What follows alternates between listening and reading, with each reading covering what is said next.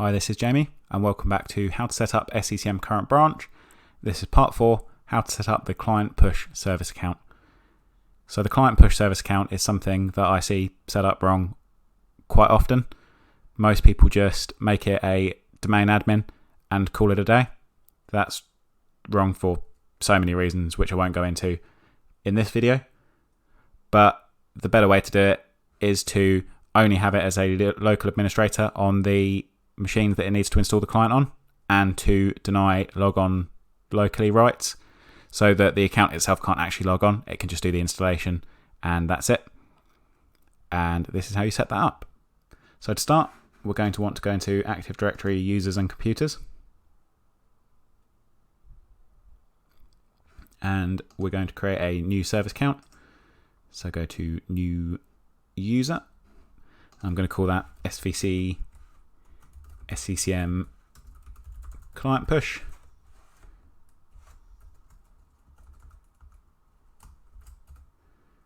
And I'm going to set a password on that.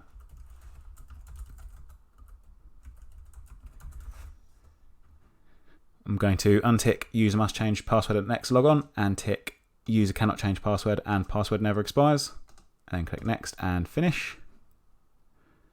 And I'm going to go back into that and give it a description.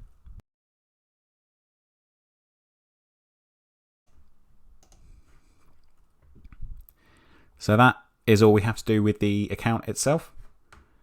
Everything else with the permissions is actually done from group policy. So we need to open up our group policy management console. And we're going to create a new group policy object called SCCM client push. I'm also going to preface that with computers, as this is going to be a computer only policy.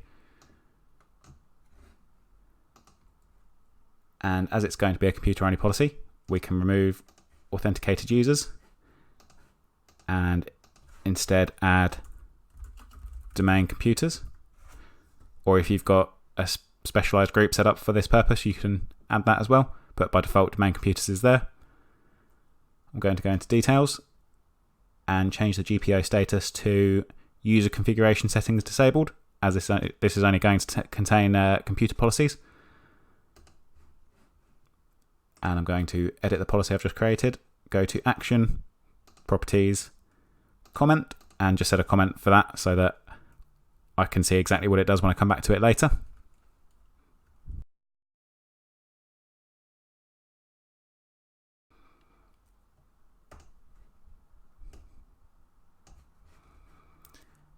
So now that we've done that, I'm just going to make my window a bit better here. Going to go into computer configuration, policies, Windows settings, security settings, and restricted groups. And under here, I'm going to right click and add a group. And I'm just going to call this SCCM client push.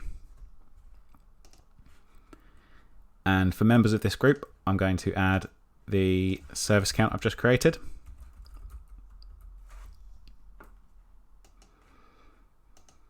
And for this group as a member of, I'm going to add that to administrators. So just bear in mind, even though it is from the location of my domain, it is only going to add it as a local administrator. And I'll show that shortly. Once you've done that, you can go apply and OK. So that will add the SCCM service account as a local administrator on the machine. And now we want to deny the local logon rights so that the service account can't actually interactively log in. It can just be used for the client push installation. And for that, we're going to go to local policies, user right assignments, find the policy that's called deny logon locally, tick define these policy settings, add user or group, and again add the service account we created earlier. Then click OK and apply. And that should do it. So if I close down my group policy windows here. Oh, one last thing. don't forget to assign it to an OU which the computers are in.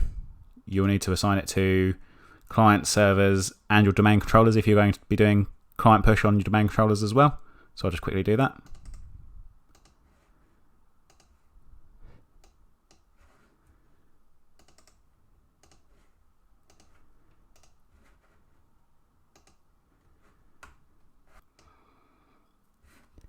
So now if we go and find the administrators group, this is the domain administrators, and you can see that no SCCM client push service account has been added to there. But if we were go onto our client and just quickly run a gp update force. So then if we were to go into our computer management and local users and groups, then double click administrators, we can see that the SCCM client push group, which contains our service account, has been added to the local administrators group, which is fantastic. But if we were to log out and then try to sign in with our service account,